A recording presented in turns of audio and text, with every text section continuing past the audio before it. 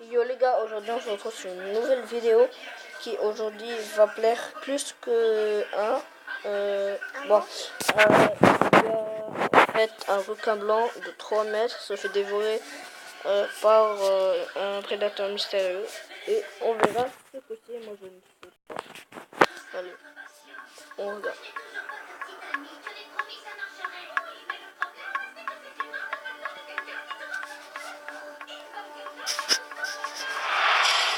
Le grand requin blanc, le prédateur parfait.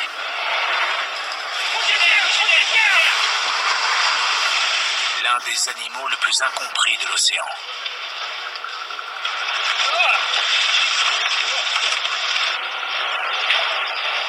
En 2003, un émetteur électronique enregistre la mort soudaine de l'un de ses prédateurs redoutés. Ce spécimen de 3 mètres a été pris en chasse et dévoré par un mystérieux monstre marin. Découvrir ce qui a tué notre requin est devenu pour moi une mission. C'est presque une drogue. L'obsession d'un homme pour retrouver ce tueur de requins C'est bon, on a quelque chose. va le mettre sur la piste de l'ultime prédateur des abysses.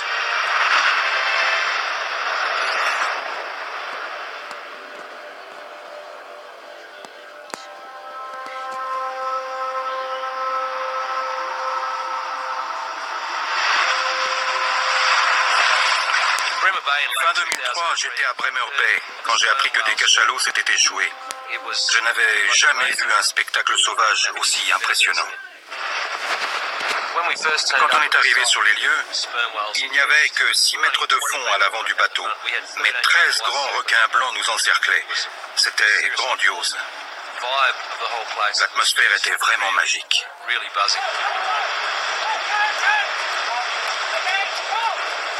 Dave Riggs a été engagé pour filmer le marquage de grands requins blancs. C'est le premier programme de cette ampleur en Australie. On s'est arrêté juste devant les cachalots et on a jeté l'ancre. C'était une erreur. Instantanément, 2 grands blancs de 3 mètres se sont attaqués au canot. Ça ne faisait pas peur, mais c'était intense. Il y avait des requins partout, des gros. L'équipe scientifique doit poser des émetteurs satellites sur des individus adultes pour suivre leur déplacement le long des côtes australiennes. J'en ai regardé un, une femelle, et je me suis dit que c'était un animal superbe. Elle ne faisait que 3 mètres de long, elle n'avait pas une seule cicatrice. Quand elle s'est approchée, on aurait dit qu'elle paradait. Elle nageait avec beaucoup d'assurance. Elle s'est collée au canot et le biologiste a pu lui poser l'émetteur sans aucune difficulté.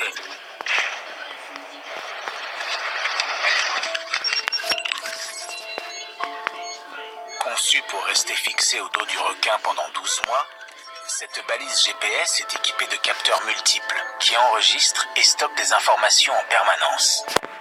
La balise remonte ensuite automatiquement à la surface et les scientifiques peuvent analyser les données.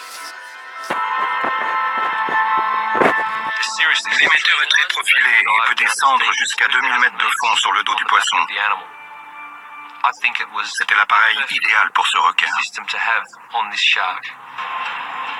3 ou 4 minutes plus tard, un gros mâle est arrivé, très énervé. Il nageait autour du bateau, la tête hors de l'eau et nous regardait. C'était très inquiétant, mais la première chose qui m'est venue à l'esprit, c'est de filmer.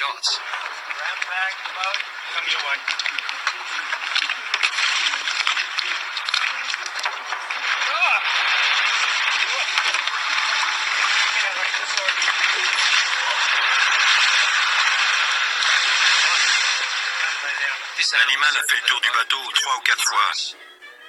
Il a plongé vers le fond, qui n'était qu'à 6 mètres. Il a pris de l'élan pour ensuite foncer droit sur nous.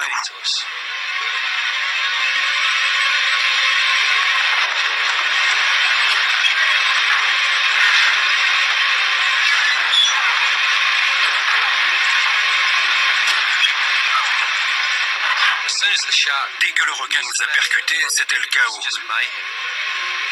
J'ai cru qu'on allait chavirer.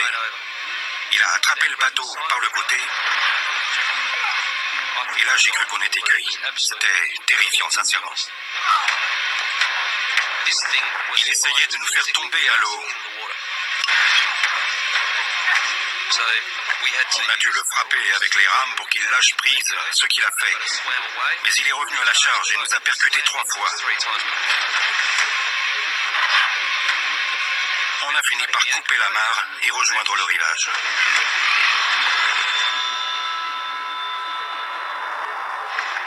J'avais toujours eu beaucoup de respect pour les grands blancs, mais voir cet animal si enragé m'a sidéré. Je n'aurais jamais cru ça possible.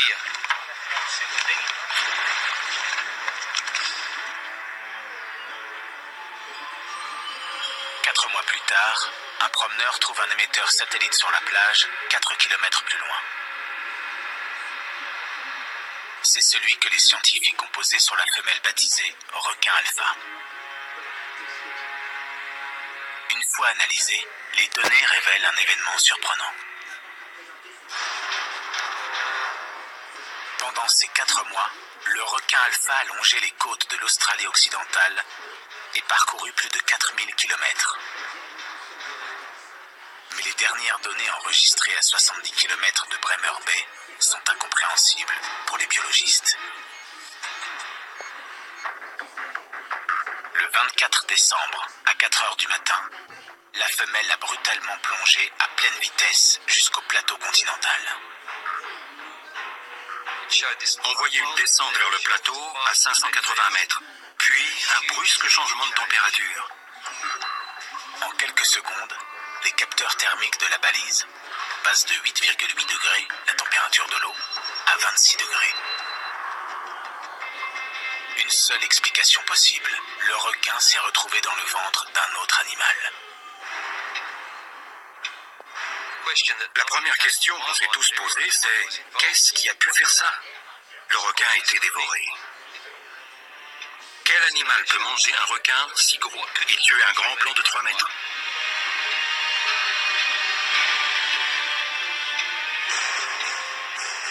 Pendant 8 jours, l'émetteur indique 26 degrés et oscille entre la surface de l'eau et 100 mètres de fond.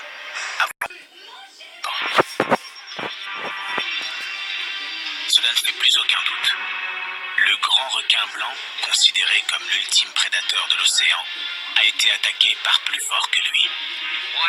Pourquoi c'était arrivé à cet endroit? Qu'est-ce que ça pouvait être? Il fallait que je le sache. Pour mener son enquête, Dave Riggs met au point des caméras capables de filmer dans l'eau le comportement imprévisible de grands prédateurs marins. C'est devenu une obsession. Je ne suis pas le seul à avoir connu ça. Parfois, un événement fait tout basculer et on ne peut pas lâcher prise. Pendant plusieurs années, il multiplie les preuves d'une activité aquatique inhabituelle à cet endroit.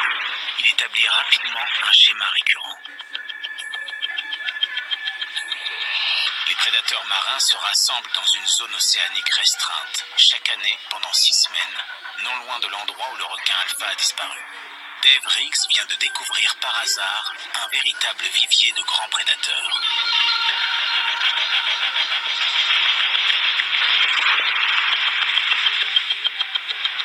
Des cartes de pétrole et de gaz du fond océanique révèlent un extraordinaire monde sous-marin. Directement sous la zone prédatoire, le Bremer Canyon s'étend entre le fond océanique et le plateau continental. C'est une immense crevasse 2 fois plus profonde que le Grand Canyon. Quand j'ai eu cette information, je me suis dit, c'est là. Il doit y avoir là-dedans des prédateurs capables de manger un grand requin blanc. D'après Dave Riggs, 3 super prédateurs patrouillent dans cette zone. Suspect numéro 1, l'orque. On en a observé beaucoup dans le canyon ces dernières années, au moment où notre requin a été tué. Si un grand blanc pénètre sur son territoire, il peut y avoir du grabuge. Suspect numéro 2, le calmar géant. On a des preuves. Des cachalots se sont échoués sur une plage de la région avec d'énormes traces de ventouse sur la tête. C'était l'œuvre d'un calmar géant d'au moins 6 mètres. Ils sont agressifs, ils chassent seuls. C'est une possibilité. Suspect numéro 3, un autre requin blanc. Il y en a par ici. Ils sont gros, agressifs et cannibales. Un très gros requin pourrait bien s'en prendre à l'un de ses congénères.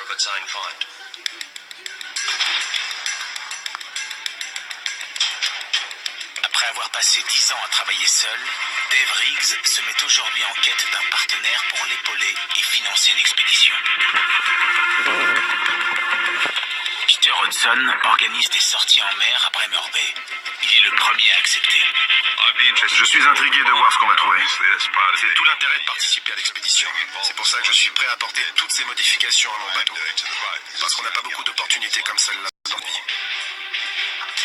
Prends-le par le côté. Pour capturer un super prédateur dans les eaux dangereuses de l'océan austral, Dave Riggs a besoin de matériel de compétition. Je dois penser à tout.